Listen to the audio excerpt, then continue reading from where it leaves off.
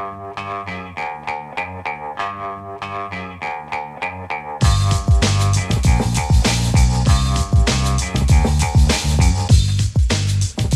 the Brian Lara Show on WNYC. Good morning again, everyone. So last year, nearly 3.7 million 911 calls in New York City were assigned to the NYPD. That averages out to about 14,000 a day. But here are a few things about those calls that stand out. Only about 28% of crime-related calls were actually reported as crimes in progress. And more than 500,000 calls involved harassment, verbal conflicts, or disputes between two or more parties. This comes from a new analysis by the Vera Institute of Justice, the criminal justice research and policy organization. The Vera Institute looked at what New Yorkers are actually calling 911 about and whether the city's emergency response system, and this is the important part, whether the city's emergency response system is set up to send the right kind of help, and if Mayor Mamdani has something in mind that can improve it. Our guest is Daniela Gilbert, director of the Redefining Public Safety Initiative at the Vera Institute of Justice, and she previously worked in the Mayor's Office of Community Mental Health and at the New York City Police Department itself, and served on the transition team on community safety for Mayor Zohran Mamdani. Daniela, thanks for coming on WNYC today. Hi. Hi, Brian. Thank you so much for having me. And listeners, we're going to open up this segment to you as well. First of all, any 911 operators or dispatchers listening who want to talk about what goes into working at that job and help us report this story, call us up. You'll get first priority on the phones. If anybody who does work or has worked in the 911 system wants to call and, give us your take on if people call 911 for the proper things all the time, whether there's too much stress on the system, whether there could be some other avenue for things so that police response time, and I guess by extension, other emergency services response times aren't improperly elongated. So 212-433-WNYC, if you work for or ever work for the 911 system, or anyone else may call as well, 212-433-WNYC, 433-9692. Have you ever called in New York City? What prompted you to do so? What happened when you did? I'll tell one very short anecdote of my own, which probably plays into what Vera is complaining about, honestly. But Daniela, let's start. Your team looked at about 3.7 million 911 calls assigned to the police last year. What does the data reveal about the kinds of situations New Yorkers are reaching for 911 to deal with? Great. Thank you so much, Brian. And, we're really not trying to complain. We're trying to start a conversation. And I want to start out our conversation by being clear that we all want the same thing. Everyone deserves to feel and to be safe. I care about that. The NYPD cares about that. And for too long, the NYPD has been solely responsible for responding to a wide range of situations. And, some, like crimes in progress, of course, should have a police response. Others, like mental health crises or disputes that don't involve a weapon, may be suited well for a different kind of responder. And we did this analysis of 911 call data because this data is really an untapped resource for understanding community safety needs and assessing whether our current approaches are meeting those needs.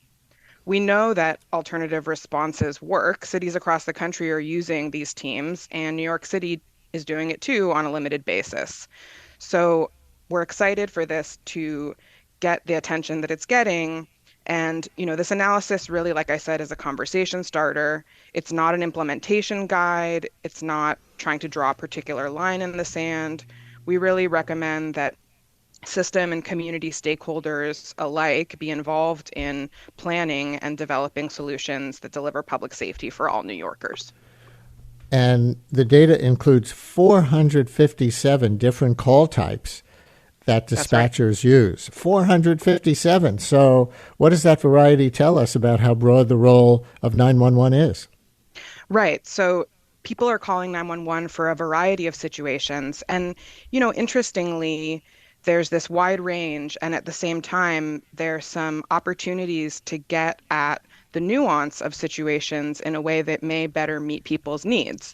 So, for example, related to mental health calls, the term emotionally disturbed person is commonly used as a broad term for these kinds of situations, but that term misses important nuance that if responders were able to have the information, whether someone was experiencing psychosis, whether someone was having a particular response to substance use, there's actual detail that could help determine the kind of response that a person could get to better meet their needs. Some texts coming in already. Listener writes, I call 311 to report malfunctioning traffic lights. The 311 operator asks me if the condition is dangerous. And if I don't say no, 311 transfers my call to 911. And the listener writes, I've always felt this was unnecessary. Another listener writes, most recent of many examples mentioned to me by a firefighter I know, club owner called 3 times in the same week to clear patrons from the club because they wanted to close for the night. And I think I have one more here. Listener writes, I have tried calling my local precinct and 311 for various things like a disturbed person or a shop displaying pornography in the window, and they always tell me to call 911. So that's some interesting input from those few, huh? Absolutely. And that actually mirrors really closely the categories that we identified as having a potential for an alternative response. So I already talked about mental health crisis, but there are also a number of calls related to disturbances and conflict resolution, over 500,000 conflict resolution calls that, and what that is a verbal conflict, a dispute between 2 or more people, and those situations may be better addressed through mediation or a de-escalation focused response that can get at the underlying issue and try to resolve it. And with disturbances, there's a little over 400,000 of those calls.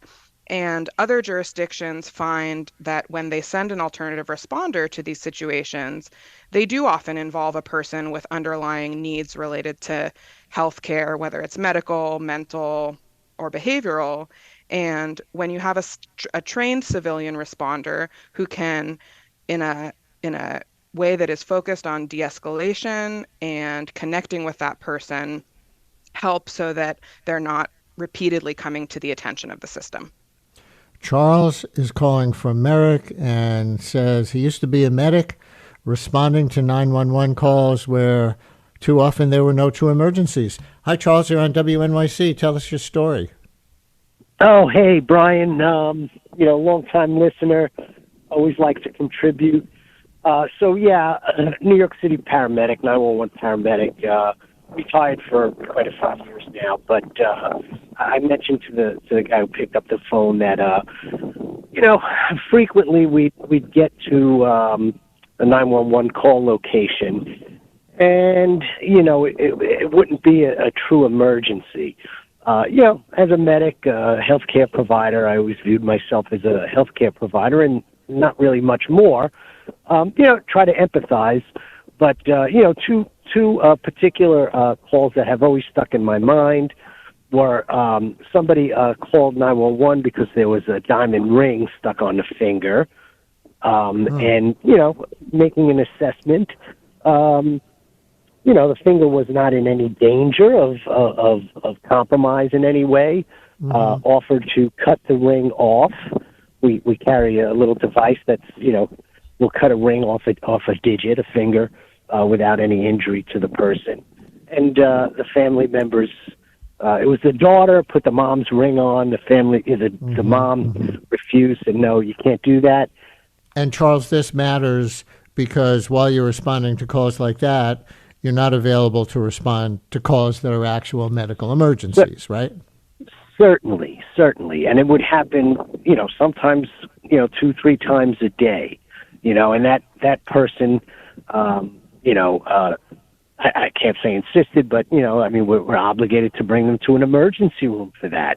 Another issue was, And again, I always try to empathize, and menstrual cramps can be, I imagine, quite painful.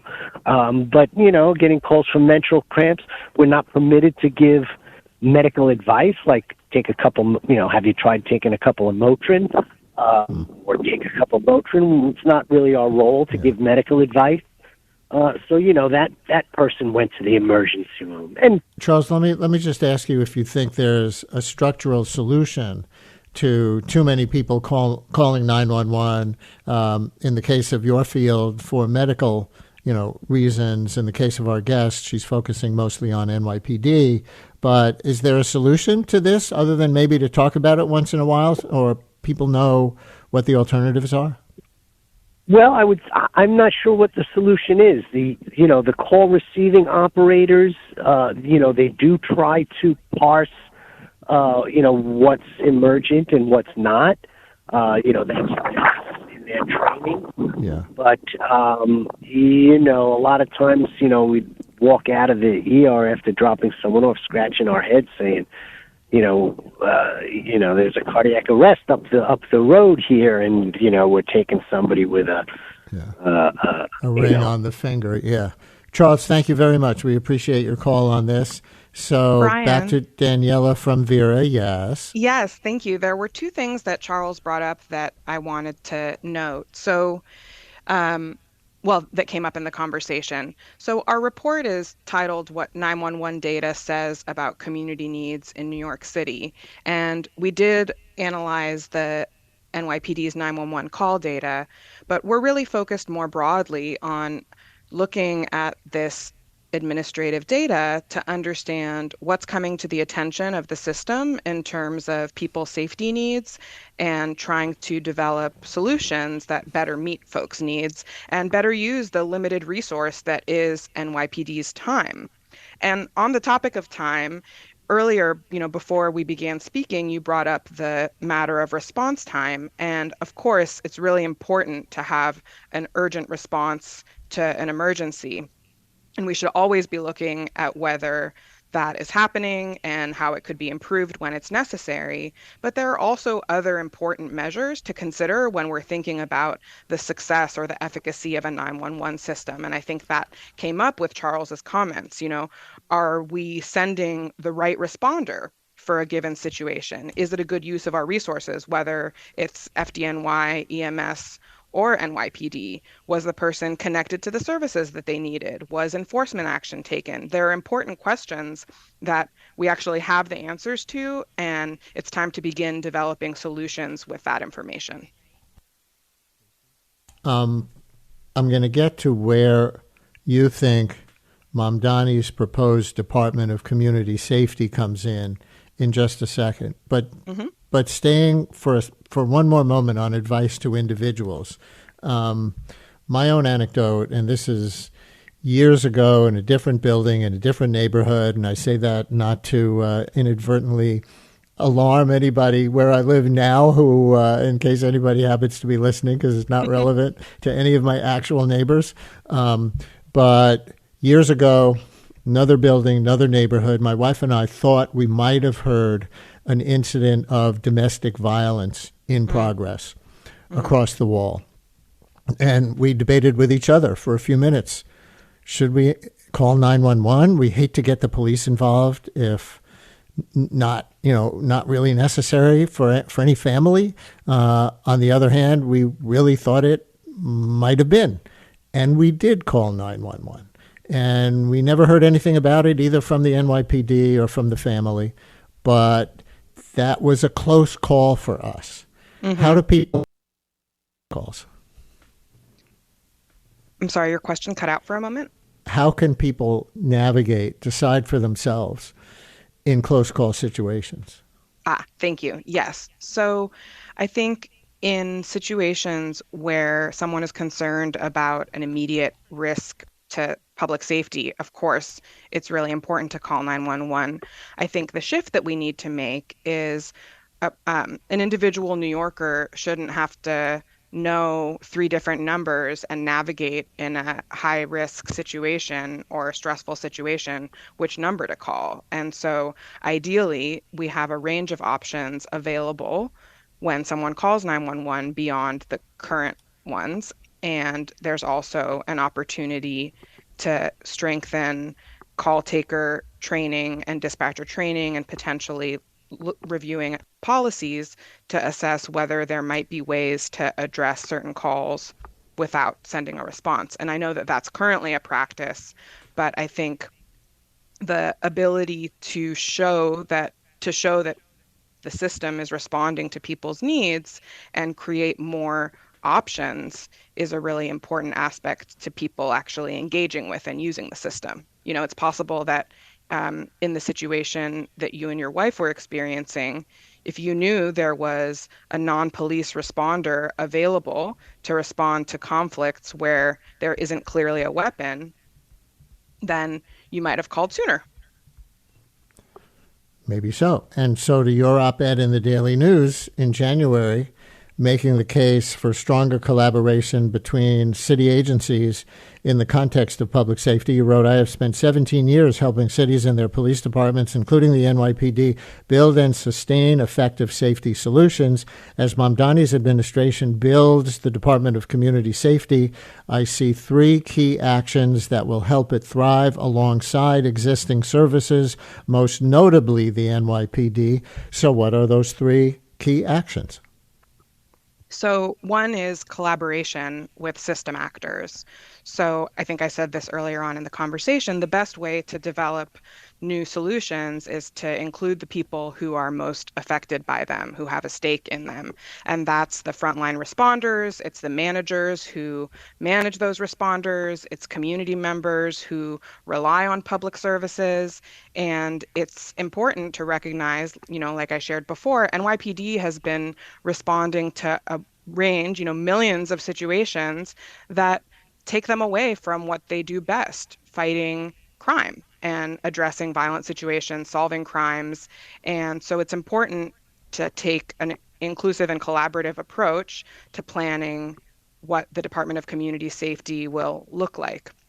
It's also really important, like our analysis tries to do, to use the data resources that New York City has. There's an incredible amount of information that is already available, but typically agencies can't talk to each other, can't share the information amongst themselves. And so one really important role that the Department of Community Safety will play is figuring out how to strengthen coordination so that we're using resources efficiently and in a way that is increasing access and care. Zeke in Plymouth, New Hampshire is calling in on this. Zeke, you're on WNYC. Hello. Hi, Brian. Greetings from beautiful Plymouth, New Hampshire. I'll try to be concise. What I think is kind of missing from this conversation is, let's see how to put this. Like, I guess to respond to what your guest was just saying, Whoops. Your line just dropped out. Try it again. Do you have me now, Brian? Yeah, we have you. Try one more time. Okay. Yeah, I think, sure, it'd be great if the police cooperated with other agencies, but the whole historical kind of cause of this situation where 911 is the only number anybody knows for the most part is that the police don't want to cooperate. They want the most of the city budget they can get. And this is true of any big city. And, the police intentionally have taken over all these services, right, that could be done by other people who cost less and don't carry weapons, but they don't want that. They want road flagging. They want to respond to mental health stress calls. They want to respond to everything because they get paid. It's money. It's budget. And I think that's what's missing from this conversation. This is an accidental. Zeke, an accusation there. And in your 17 years helping cities and their police departments in your career, Daniela, do you see evidence of that? Well, what I'll say is in cities that have really taken seriously the opportunity to create alternative responses, cities that have stood up these community safety departments, Albuquerque, New Mexico, and Durham, North Carolina are two of the cities that we work with who have done that. Police appreciate the addition of this resource. And certainly change is hard. adjusting people's roles is difficult. It challenges the status quo, certainly. But when there's a commitment and a concerted effort to take a different approach, police are become among the champions of these kinds of programs. Let me get one more call in here. Luca in Manhattan, who I think is an EMT. Luca, you're on WNYC. Hello. Hey, Brian. I wanted to comment further on what the last caller was a medic said about, how to give alternatives to EMS. We're one of the only major EMS systems in the country that lacks like a robust system for triaging out calls. We send an ambulance to basically everything. Could be, a week-old foot pain we get, that we get while someone else is not getting an ambulance. Wake County in North Carolina, for instance, has a system where certain calls are triaged out to a nurse practitioner who then decides whether they get an ambulance or not. Maybe they send a lift to take the person to urgent care. And we do have a system similar to that, but it's severely understaffed, so frequently we'll see jobs where the person tried to speak to a telemedicine practitioner and they didn't pick up, or the moment the caller says they want an ambulance, we have to send one. So it's, so frequently people have already called 911, they're going to ask for the ambulance, and we're stretched extremely thin. People are not getting ambulances. There's other systems where they send cab vouchers for people, connect them with home health resources, send a visiting nurse, whatever the case is. So it's shocking to me that we're the only system that doesn't really do this. Thank you. I think we did 1.8 million calls last year. Yeah. Thank you for your insight on that. Interesting that he compares New York City unfavorably to other cities. Do you have any better models, Daniela? Yes, well, there are, over half of the biggest cities in the country have alternative responses, and there's a lot of places that respond to calls beyond the mental health calls, like I had mentioned. I think the opportunity here is to look both at New York City's data and also to the strong practices and results from other jurisdictions to help bring our system up to really up to the standards that the caller mentioned. And, just in terms of the range of types of responses, types of calls that these alternative responders take in other cities, mental health, welfare checks, unwanted person, general assistance, substance use, suicide threat, domestic dispute, traffic. And the opportunity here is really to, again, use the limited resources that we have to meet New Yorkers' needs in a way that is more efficient and also really supports and honors the difficult work that first responders do. Yeah. And of course, in addition to the delayed response time that results from this, certainly what a lot of the press has been focused on in recent years, and part of Mayor Mamdani's concern, is the examples of how police responses to mental health emergency situations can go tragically wrong, like in January when NYPD officers shot a Queens man, Jabez Chakraborty, 4 times after his family called 911 while he was experiencing a psychotic break. He remains hospitalized, and there are those who say in some, and of course the hard part is finding where the line is, where you don't need an armed response to a mental health crisis, because sometimes you do, but that's, of course, another aspect of this. So last question. Do you see Mayor Mamdani, and I realize his administration is still so new, starting to implement the kinds of things that would solve these problems of excessive 911 calling for any of the emergency services? We've heard from, somebody about the fire department. We heard from that paramedic. We heard about the NYPD. Yes. Well, I think the announcement of bringing on board a deputy mayor for community safety is an exciting step, because in these situations where you're standing up a new entity, where you're trying to create more coordination across government silos, it's really important to have a balance of subject matter knowledge and the input of community as well as political will and an imperative from the city's executive to make these changes. So that's one thing that I'm excited about. I think the recognition that the city's current alternative response be heard needs to be expanded is also exciting, but going back to what some of the callers have shared, call triage limitations and narrow eligibility criteria right now have meant that a lot of calls eligible for the alternative response that exists are still getting a police response. And so I think when we talk about expanding the existing services, of course, going upstream to address the 911 call policies that might be outdated and need to be revisited, as well as further downstream and investing in more community-based services so that responders, whether they're traditional first responders or alternative first responders, have places to take people that can meet their needs. Daniela Gilbert, Director of the Redefining Public Safety Initiative at the Vera Institute of Justice. Thank you so much for joining us. Thank you for having me. Since WNYC's first broadcast in 1924, we've been dedicated to creating the kind of content we know the world needs. Since then, New York Public Radio's rigorous journalism has gone on to win a Peabody Award and a DuPont Columbia Award, among others. In addition to this award-winning reporting, your sponsorship also supports inspiring storytelling and extraordinary music that is free and accessible to all. To get in touch and find out more, visit sponsorship.wnyc.org.